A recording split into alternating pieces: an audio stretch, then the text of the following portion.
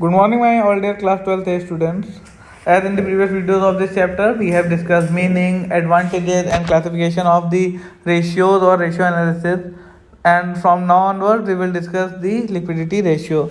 You have to learn all the formulas of this chapter, which will be in your book. And if you find any doubt or any difficulties, then you can ask. We will discuss some practical problems or some ratios here, and our this chapter will come to an end. First of all, we will know the current ratio or working capital ratio. The formula of current ratio is current assets upon current liabilities. Current assets means those assets. Current assets are the assets which are likely to be converted into cash or cash equivalent within 12 months. Within 12 months means within a year. Within a year, converting into cash will be called current assets from the date of balance sheet or within the period of operating cycle.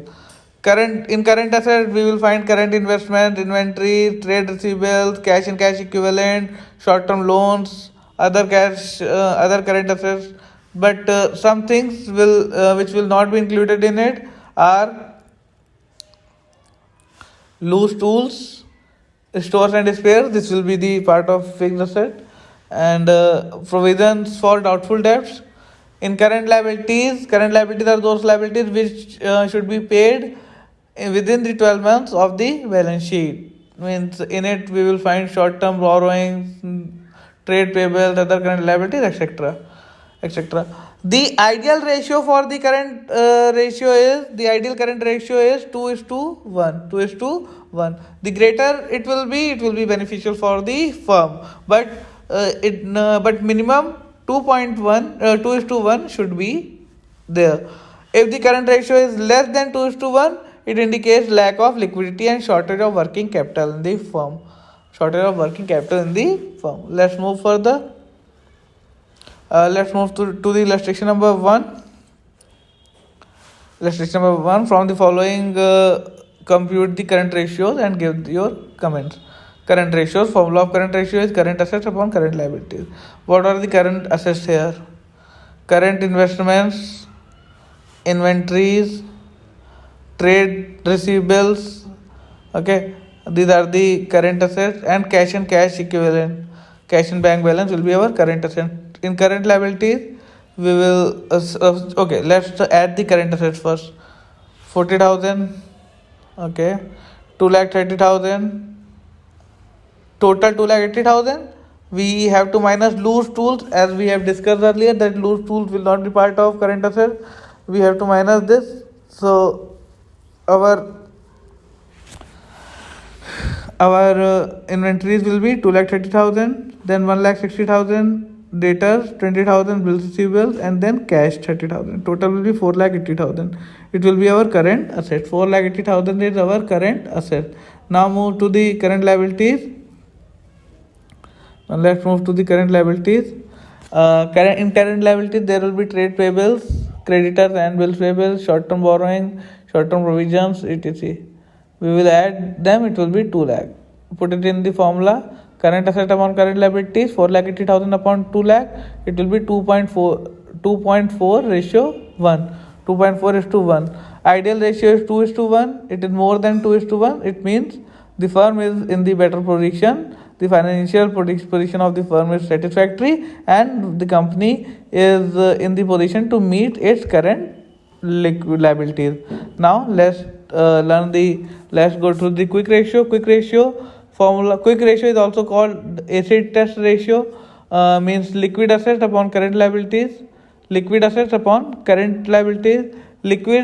include following: cash, current investment, trade receivable, cash and cash, short term loan. Means this will be your liquid assets. Okay, liquid assets is equal to current assets. Means from current assets we have to minus inventories and prepaid expenses and advance tax. It will be our liquid asset. Formula will be liquid assets upon current liabilities. Just see our illustration here. Just see the difference between current ratio and quick ratio. Establish the relationship between current assets and current liabilities. And quick ratio or liquidity ratio is shows the relationship between liquid assets and current liabilities. Formula current asset upon current liabilities. Formula of quick ratio will be liquid asset upon current liabilities. It measures the ability of the firm to meet its current liabilities within the 12 months, and it measures the ability of the firm to meet its current liabilities immediately or within a month. Means in it we can find out that in 12 months will our company be able to pay back or not. But in this we just need to find out the exact immediate or within a month position. Ideal ratio is 2 is to 1. Quick ideal ratio is 1 is to 1. Okay.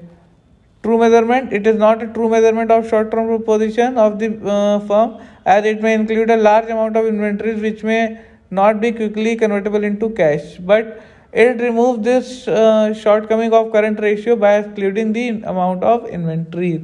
So this was our liquidity ratio.